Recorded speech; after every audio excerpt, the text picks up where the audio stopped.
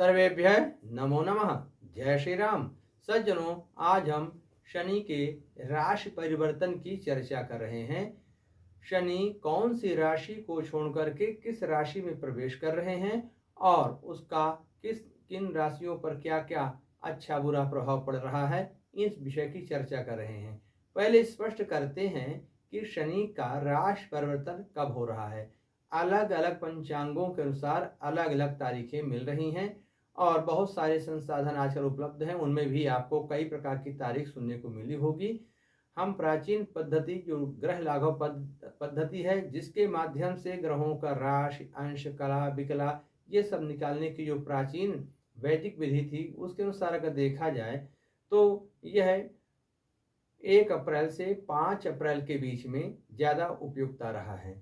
तो कुल मिलाकर के कोई भी तारीख हो, परिवर्तन तो हो रहा है। किसी किसी पंचांग में तो 4 मई को भी दिखा रहा है। तो हम इसीलिए बीच का समय चुन रहे हैं और इस पर चर्चा कर रहे हैं।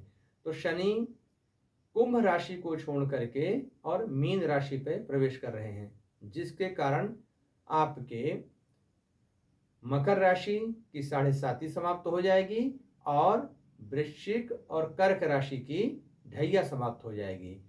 अब कौन सी नई राशियों पर क्या होगा, तो मेष राशि में शनि की 7.5 शुरू होगी और सिंह राशि और धनु राशि में शनि की जो है ढैया शुरू हो जाएगी।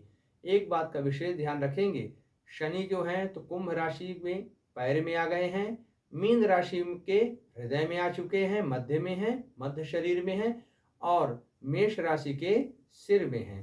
तो कुल मिलाकर के जैसा कि जो प्रभाव शनि का जिस अंग पर बताया जा रहा है, उन पर आपका विशेष ध्यान होना चाहिए कि यहाँ पर अपना ये कोई न कोई अशुभ प्रभाव डाल सकते हैं। और जो ढैया के क्षेत्र में हैं, उनके लिए तो पूरा का पूरा शरीर ही उनके प्रभाव में आएगा। विशेष रूप से तो आपको जो मीन राशि और धनु राशि की बात कर रहे हैं, क्योंकि दोनों बृहस्पति की राशि हैं और दोनों शनि से दूषित हो रही हैं। और मीन राशि में साथ में राहु भी चल रहे हैं। हालांकि वो मई के अंतिम में वो कुंभ में आ जाएंगे, लेकिन फिर भी मीन यानी बृहस्पति ज़्यादा पीड़ित हो रहे हैं। तो कुल मिलाकर के इन राशियों को ज़्यादा सावधान रहने की आवश्यकता है। लेकिन परमात्मा ने ज्योतिष शास्त्र के माध्यम से जहाँ समस्याओं का ज्ञान तो उसका वहीं पर निदान भी बताया है। ज्योतिष समस्या का समाधान ही है। तो कुल मिलाकर के आपको परेशान होने की आवश्यकता बिल्कुल नहीं है, न किसी प्रकार का भयभीत होना है। इसमें सबसे अच्छा उपाय ये होता है कि हम बुरे कर्मों का त्याग कर दें। तो शनि कभी भी ऐसे जातकों को कभी नहीं सताते, किसी प्रकार से नहीं सताते हैं। और जो अपने घर परिवार समाज रिश्तेदार इत्यादि में जो बड़े बुजुर्ग हैं और जो भी किसी प्रकार के हमारे आसपास गांव में रह रहे हैं, अगर उम्र में बड़े हैं तो उनका सम्मान करना शनि की प्रसन्नता को बढ़ा देता है और उनकी पीड़ा को कम कर देता है। तो आप तो बिना कुछ किए ही शनि के दुष्प्रभाव से बच गए। बुरे कर्म का त्याग कर दीजिए और बुजुर्गों का आदर सत्कार सम्मान शुरू कर दीजिए। इतने मात्र से शनि की कृपा के पात्र बन जाएंगे। इसमें भयभीत होने की कोई आवश्यकता नहीं है कि सुन सुन करके भयभीत हो जाए, ऐसा होगा ऐसा होगा। ये सब बातों पे ना पड़े और अपने आचरण पर परिवर्तन लाएं।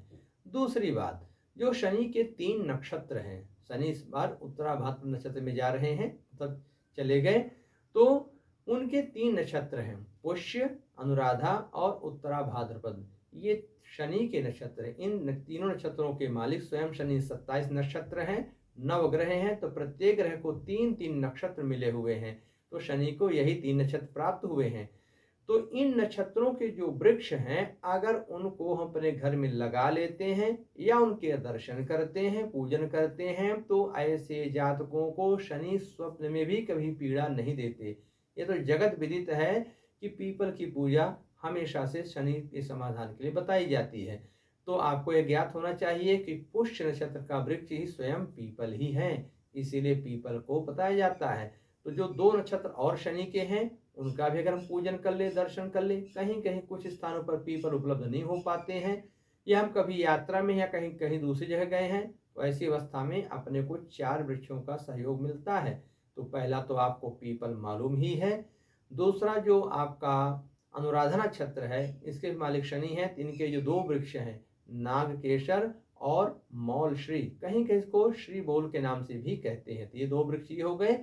और तीसरा उत्तरा भाद्र नक्षत्र का जो है, तो ये नीम का, जिससे हम औषधियाँ बनाते हैं, दातून करते हैं, वह कड़वी नीम।